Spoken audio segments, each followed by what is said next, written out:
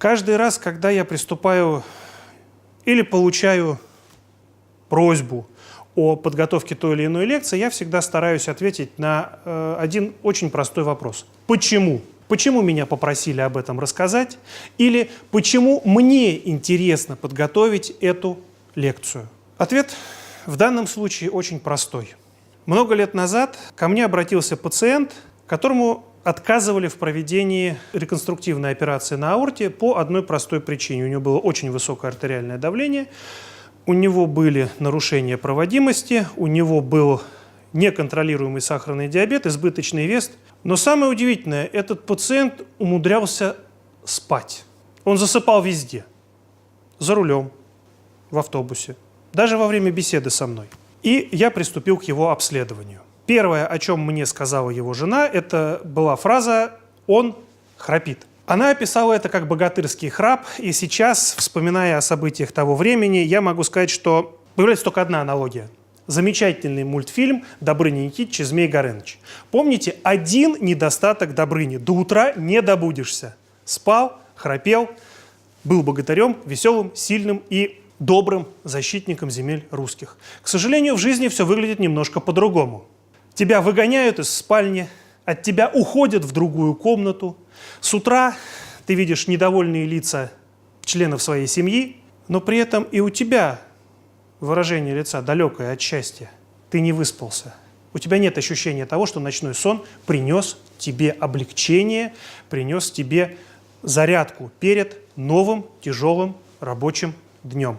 Так что же такое храп? Храп – это всего лишь навсего звук. Это звук, который возникает в дыхательных путях нашего пациента при прохождении через них потоков воздуха. И если эти дыхательные пути в том или ином месте сужаются, возникает эффект трубы. Как гарнист дует в трубу и выдувает оттуда сигналы горна, так и пациент, страдающий храпом, выдувает из себя громкие специфические рулады. Но проблема даже не в самом храпе. Проблема в том, что храп является признаком другого, очень тяжелого состояния – синдрома обструктивного апноэ сна. То есть во время ночного сна у пациента возникают эпизоды прекращения дыхания от нескольких секунд до нескольких десятков секунд. Хорошо это или плохо? Это отвратительно. Почему? Представьте себе, что организм человека – это один большой двигатель внутреннего сгорания. А теперь представьте себе, что будет с человеком, который уснул в гараже в машине с включенным двигателем. Количество кислорода внутри этого гаража постепенно снижается, а количество углекислоты и прочих продуктов сгорания растет.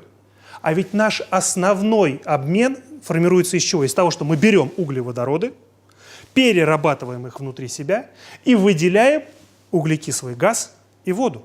К чему приведет такой дисбаланс? Развитие гиперкапнии и гипоксии. У пациента драматически меняется метаболизм. У пациента начинает развиваться толерантность к глюкозе. У пациента начинает развиваться инсулинорезистентность. Вследствие этого пациент начинает страшно толстеть. У пациента начинает расти уровень артериального давления. Начинает расти уровень мочевой кислоты, и мы сталкиваемся с уже известным медицинским явлением под названием метаболический синдром. И когда все вместе существует в организме пациента достаточно долгое время, мы видим вот такую вот замечательную картину. Мы сели почитать газету и проснулись от собственного храпа. Это отвратительно. Как же поставить диагноз? Существует несколько методов. Самый точный – это стационарная полисомнография. Это лаборатория, в которой пациент проводит ночь, ведется его видеомониторное наблюдение, ведется запись его параметров оксигенации, сердечного ритма, частоты дыхания и прочее, прочее, прочее, прочее. Все эти данные суммируются, и на выходе получается заключение – есть или нет синдром ночного апноэ. Но не каждый согласится госпитализироваться, не каждый найдет время для того, чтобы провести одну, а может быть 2 и 3 ночи в стационаре для того, чтобы поставить правильный диагноз. И тогда нам на помощь приходит кардиореспираторный мониторинг. Маленький приборчик, размещаемый на руке пациента, определяющий сердечный ритм, проводящий пульсоксиметрию и меряющий, например, децибелы храпа и оценивающий частоту дыхания. Этих данных, поверьте мне, вполне достаточно для того, чтобы выявить синдром ночного апноэ, особенно у пациентов, которые явно храпят. Каким мы показателем пользуемся? В данной ситуации мы пользуемся показателем индекс апноэ-гипопноэ или индекс апноэ. Что это значит? Это число событий, число прекращений дыхания на 1 час мониторирования. И если их меньше 5, это норма. От 5 до 15 – легкая степень, от 15 до 30 – средняя степень, и выше 30 – это тяжелые нарушения дыхания во сне. Вот так это выглядит. Мы видим перед собой и дыхательную кривую, и сатурацию, и пульс нашего пациента, и видим, что у данного конкретного пациента есть моменты прекращения дыхания. Им предшествует храп. И при этом кислород в крови у этих пациентов выраженно снижается. А пульс в этот момент тоже идет вниз и зачастую останавливается. Есть ли еще более простой способ, который можно было бы применять не в центрах респираторной медицины, а, например, в обычных амбулаторных условиях? Да, есть. Можно попробовать для этого использовать обычное суточное мониторирование ЭКГ по Холтеру с элементами кардиореспираторного мониторинга. Почему так? Все очень просто.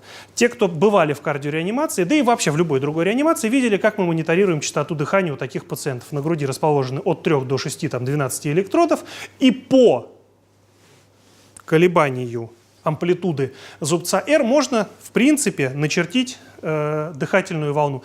Ровно тот же самый способ мы и используем при выявлении синдромов остановки дыхания у пациентов при суточном мониторировании ЭКГ. Обратите внимание, в данном случае момент паузы соответствует моменту снижения числа сердечных сокращений и моменту остановки дыхания. Вот она связь между сердечно-сосудистой и дыхательной системой. Возвращаясь к тому пациенту, которого я вам приводил в начале нашей сегодняшней встречи, я хочу сказать, что мы сначала выполнили ему суточный монитор ЭКГ и обнаружили паузы по 16, 18 и даже 20 секунд. И именно тогда мой большой друг, прекрасный специалист Сергей Львович Бабак, предложил провести ему кардиореспираторный мониторинг. И вот тут мы обнаружили индекс апноэ 42. Мы обнаружили снижение сатурации, снижение насыщения крови кислородом, его падение до, вы только вдумайтесь, 72%. Это вообще-то показание к искусственной вентиляции легких. И начало СИПАП-терапии привело к потрясающим результатам. Чуть-чуть я забежал вперед, хотел сначала сказать, что вот так вот, получив всю исчерпывающую информацию, богатырь задумался, что же сделать такого, чтобы вернуть счастливую семейную жизнь. И очевидный способ – это попробовать похудеть. Но, к величайшему сожалению, при подобном виде ожирения, при подобном сочетании патологий, это крайне тяжело, если не сказать практически невозможно. Хотя даже 10% снижение веса приводит к резкому улучшению клинического и инструментального состояния нашего пациента. Он может перейти из тяжелого нарушения дыхания, например, в средней степени тяжести. Но еще раз повторяю, это очень тяжело, практически невозможно. А можно стать космонавтом, можно прибегнуть к помощи СИПАП-терапии, дыхание с положительным давлением конца выдоха. Могут использоваться назальные маски, нозооральные маски, но в любом случае, как в случае с электрокардиостимулятором, прибор берет на себя функцию дыхательной системы человека. И в тот момент, когда он видит, чувствует, детектирует очень большую паузу дыхания, он самостоятельно включается и протезирует дыхательную функцию своего пациента. Восстанавливается нормальный ритм дыхания, улучшается качество жизни пациента, улучшается качество ночного сна, уходят метаболические нарушения, связанные с гиперкапнией и гипоксией. И, о чудо, вспоминая опять же моего пациента, спустя 2 месяца после начала, а у него была даже не СИПАП, у него была БИПАП-терапия, и не только в ночные часы, но еще и 3 раза в день, я этого пациента не узнал.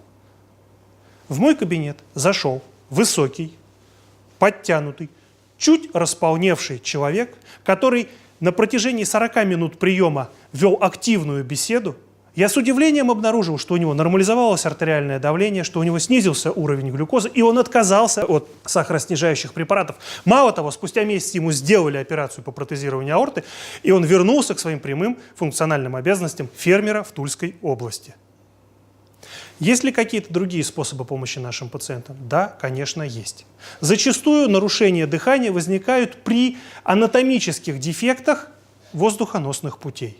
И можно попробовать исправить носовую перегородку, и это приведет к восстановлению нормального дыхания. Можно попробовать провести пластику мягкого неба, и это тоже приведет к восстановлению нормального ночного дыхания. А можно стать боксером. Наверняка все видели бои боксеров, да? Им в рот вставляют капу. Да им вставляют в рот капу для того, чтобы они губы не разбивали о свои зубы. А в данном случае роль капы заключается в том, что она выводит нижнюю челюсть вперед и тем самым открывает дыхательные пути нашего пациента. И это тоже приводит к тому, что у нашего пациента уменьшается или совсем прекращается храп, разрешается синдром ночного апноэ.